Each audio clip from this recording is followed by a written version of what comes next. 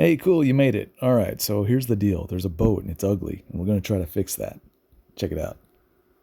All right, now where am I at? Where are we at, I should say? I am currently in the process of blending the bottom down because it's at eye level and it's very easy to get to. The rest of the boat has all been compounded with Super Duty, Heavy Cut, and Perfected. And now we're just kind of making sure that everything looks right. And I still have this back half to do. So I'm not quite sure what I'm doing here. I'm in talks with the owner about both the emblems and this gel coat. We'll call it a repair. Trying to see what he wants to do there. So I'm going to finish up blending this bottom section. I'm at the heavy cut stage. The next pass is going to be Perfected. If you want, I can set the camera up and show that to you. It's for the most part the same as we did up top. The only difference is we've got a little contour to deal with and some vents on occasion, plus a really sharp edge on the bottom. And as you know, sometimes when you're compounding, the wheel's rolling off, you get a little buildup of compound underneath. So make sure to take care of that, especially if you're also going to be doing the white. You want to make sure to clean all the compound off before you wax anything. I'm going to set you up, and next time you see me, I'll be taking some Perfected EXAC and cleaning off this little lower foot of gel coat. And then we'll talk about what we're going to do back here. All right? Talk to you in a bit. Okay, well, I'm back. We're back. You're back. The sun took a moment behind a cloud, and I thought I would take a moment to get behind my own kind of cloud. So this is me showing a little bit of appreciation for somebody else showing me a little bit of appreciation. All right, what do I mean? Let's see here. Y'all have heard me talk about Frame as Reuben's as a good beer manufacturer. These guys are a professional brewery. They know what they're doing. This is kind of a new beer for them. It's called Puffy IPA. So what is a Puffy IPA? Good question. Stupid name, if I'm being honest. In fact, the first time I saw the can, I thought, well, that's dumb. But of course, I try things. And one of you, I'm not going to mention names, although Dan Franco, you're one. I guess that is a name. Sometimes you guys buy me a beer, and I feel like it's my responsibility to help you enjoy some beer of your own. Also, note to self, if you're going to use fasteners on a boat, try to use a stainless steel one, not one you got from Home Depot. Stainless steel from a place that sells actual stainless steel hardware is stainless, and stainless steel from Home Depot is just stain resistant. Anyway, let's get into this. So an IPA generally has a lot of bitterness, some hoppiness, some floral notes, some fruity notes. You sometimes get like the toasted malt, which I'm not a huge fan of. Basically take all of that and break the sharp edges off. That's what a Puffy IPA is. It's got a very smooth, kind of mouth-filling effect. It goes down easy. You can drink a couple of these a day. It's 6.5 alcohol with 30 IBUs. So the higher the number, the more bitter it is. Lower the number, the easier drinking it is. This is a 30. And again, thanks to you, I have a beer to drink, and now you have a beer to go out and buy, hopefully. This is a seasonal, but I think they're going to stick with it for a little while. The first time I saw these cans, the label was a sticker, and now it's actually printed on the can. So it tells me that they might be taking this in seriously. Anyway, let's give it a shot.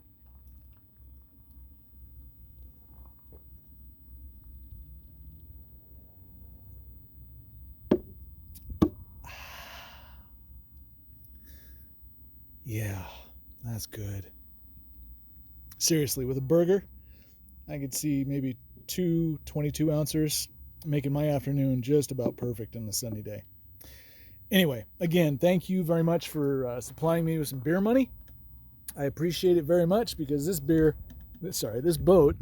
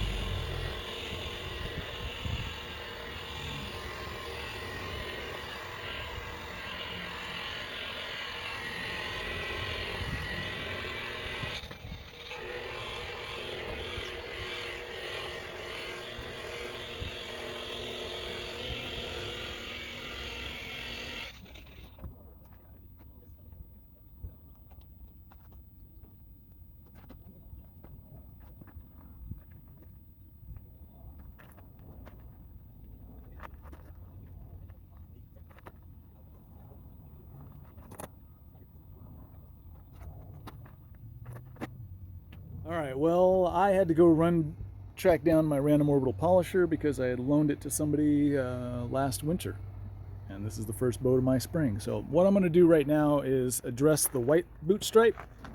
To do this, because it's already got Fire Glaze on there and it's got a decent polish, I'm gonna clean it with just a glass cleaner. So I'm gonna spray this on, wipe it down all the way up in the front, get all that nastiness down there, and then I'm gonna apply the Fire Glaze Plus to at least the white. I'm gonna save the blue here only because I just got some reconciliation on the name back here. So we're gonna yank all this off. I'm gonna have a decal made up to replicate this. So I'll do all that tomorrow. We'll take all the emblems off. We'll get rid of as much ghosting from the emblems as possible, and then we'll do the entire side with the Fire Glaze, and you'll see how that goes. But for right now, I'm just gonna kind of happy up this boot stripe. And as soon as I get done with the wiping of it down, I will maybe show you what it looks like when I wax it. Although there's not a lot to it. It's pretty much just wipe on, wipe off. So if you've seen the Karate Kids part 1 through 18, same thing. All right, leave me alone. I got some wiping to do here, so we might as well just go through this. I've got a soft, clean pad, and I've got some Fire Glaze Plus. I've shaken it up profusely. I'm gonna add a little bit to the pad.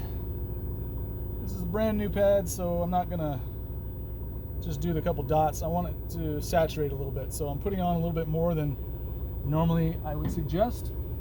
And then here's the fun part. Make sure you're going super slow. You've got your tape down so that you're not putting wax into your bottom paint, because that's really hard to get out.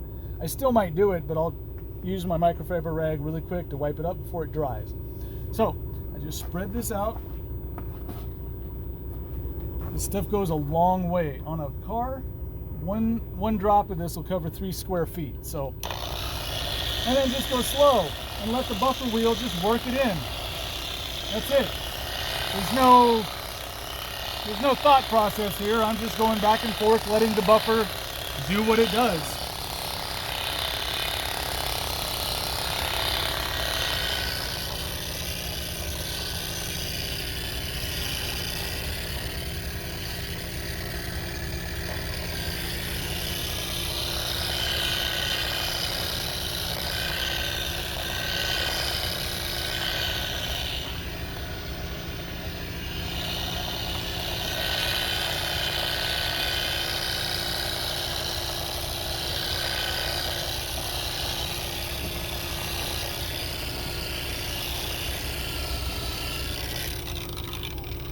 And that's it. And I doubt very much that you can see the wax that's on the boat. You might be able to up in the top where it kind of turns into the blue. You can see a little bit of it, but you really shouldn't see like caked on wax. All you should see is that you have a pattern from this on the side of your boat. So let's carry this down. A couple more drops and a couple more feet. Spreading.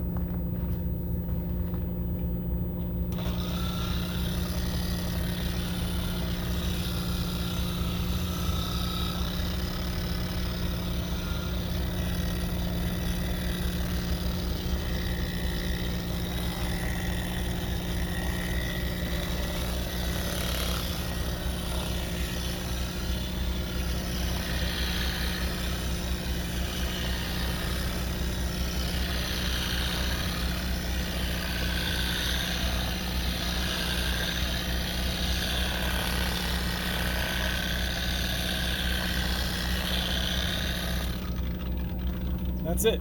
So I'm going to continue this up to the front of the boat. When I'm done, I'll come back and take the wax off and show you what that's like, all right? All right, now to take this off is even easier than applying it. Start off basically the same. I've got a random orbital polisher. It's a nice, soft, clean pad. This has had a chance to sit on here and dry, so you just kind of go through the motions. Still slow, okay?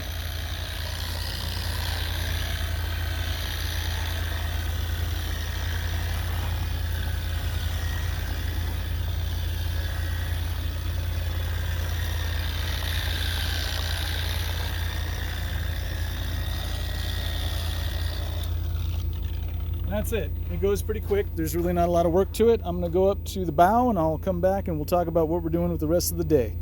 Well, that's pretty much it. It's quick and easy, and now that bottom piece is protected for a good long amount of time.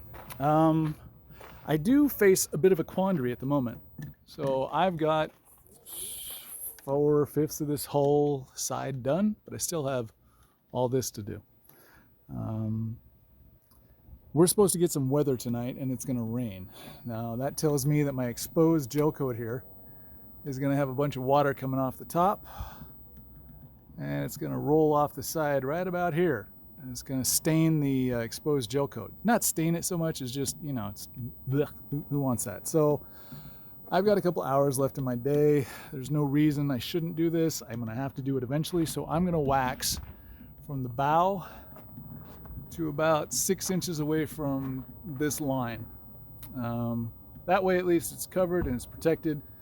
That means that I have to use a bunch of window cleaner to clean this. I'm not going to videotape that. You guys know what that looks like. You spray something on, you wipe stuff off, you make sure that it's clean, there's no residue left over, and then you're ready to go. But I might set the camera back and you can watch me like in time lapse how I wax this. It's not exciting. It's literally as fun as watching paint dry, but you know what? There are people out there who love watching paint dry. So if you're into that sort of thing, congratulations. Today's your lucky day. Let's go. All right, let me set you up somewhere and I'll get started. Now take a wild guess who forgot to recharge his gimbal the entire winter. Yep, that would be me. And by the time I realized that it was just hanging down, I thought, well, maybe I got a call or something. And so I just set it back up, tried again, because I'm an idiot. Well, I apologize. My gimbal died. I guess I haven't charged it over winter. Anyway, so this section right here, there's no protection on it whatsoever. This is just open compounded gel coat. That's what it looked like before. And this is what it looks like once it's covered with Fire Glaze. So I don't want you to put so much on that you can't see the shine through the polish. I also don't want you to let this stuff dry, really. Like, there's no point to letting it dry. I do, and that's partly why I put it on so thinly, is so that it's easier to take off. If this stuff dries, like all these little ridges in here, those will take a little extra elbow to get those off.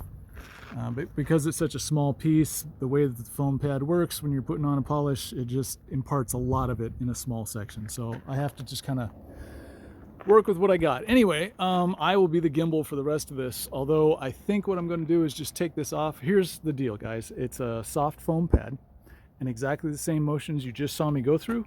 It's that, just taking off. And anything that's left over, I don't waste a lot of time with the buffer trying to grind it out. I just grab a microfiber rag and take it out. Fire Glaze is also great for your stainless, so all the port lights are going to get hit. And maybe I not have told you what this product really is. So I asked Restructure Marine a couple years ago to mix me up something that I thought would be awesome. It's basically what they've already produced. I've just added a couple extra chemicals to it to give it a couple different features that I haven't seen in any other waxes. So if I said that this wax, Nope, not yet. you think a boater would like that? Anyway, I got a couple more months of making sure that this works, and at a certain point I will be bottling this and selling it. And if you guys want to try it and you want to be my first, let me know and I'll try to get you some early access. And I know, Glenn, I know I know, so now maybe you can see the difference. So again, this is just compounded, and this has got a polish on it. You see how the color is a little bit deeper? It's the same finish. It's just that this allows more light to go into the gel coat and come back, and so the color is nice and tight. Anyway, I still have a little bit up top to buff off. You can see it down the hole. I'll be getting to that shortly. And like I said, I'll come back here and I'll just stop. But if you see this and you're thinking, man, that just doesn't look quite the way I want it, you can go harder if you want. It's your boat, it's your compound, go ahead. I know what this looks like as I looked at it in bright lights, so the fact that the color is darker with the polish on it is just something that I'm used to. But you guys might, you know, this might shock you a little bit because there is kind of a substantial difference. If this was in bright sunlight, it would be a lot easier to tell. Anyway, I'm gonna get back to it. See you in a bit. Thanks for hanging out. If you're interested in seeing what this looks like tomorrow, by all means, subscribe. Cheers.